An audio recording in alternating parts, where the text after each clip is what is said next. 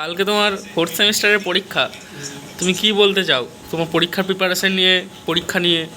পরীক্ষা যদিও এটা আমার ফার্স্ট এক্সপিরিয়েন্স না, এই কলেজে আমার এটা সেকেন্ড এক্সপিরিয়েন্স, তবু ভয় ভয় তো লাগতেছে একটু একটু।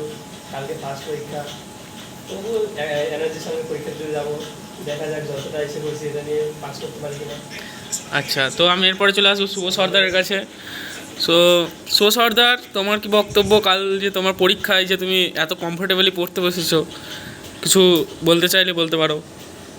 ফার্স্ট কালকের ম্যাথের এক্সাম আছে, বিশাল চাপে আছে, তাই জন্য শরীর চাপ নিতে পারছে না, তাই শরীরকে ছেড়ে দেওয়া হয়েছে।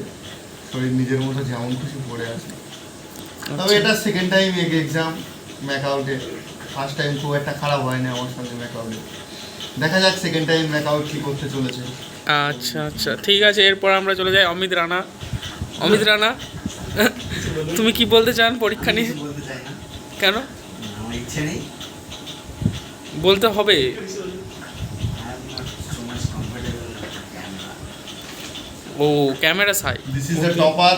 হ্যাঁ, সো তোমরা অমিত রানা সম্বন্ধে কি বলতে চাও? কি বলবো, আমাদের হস্টেল টপার।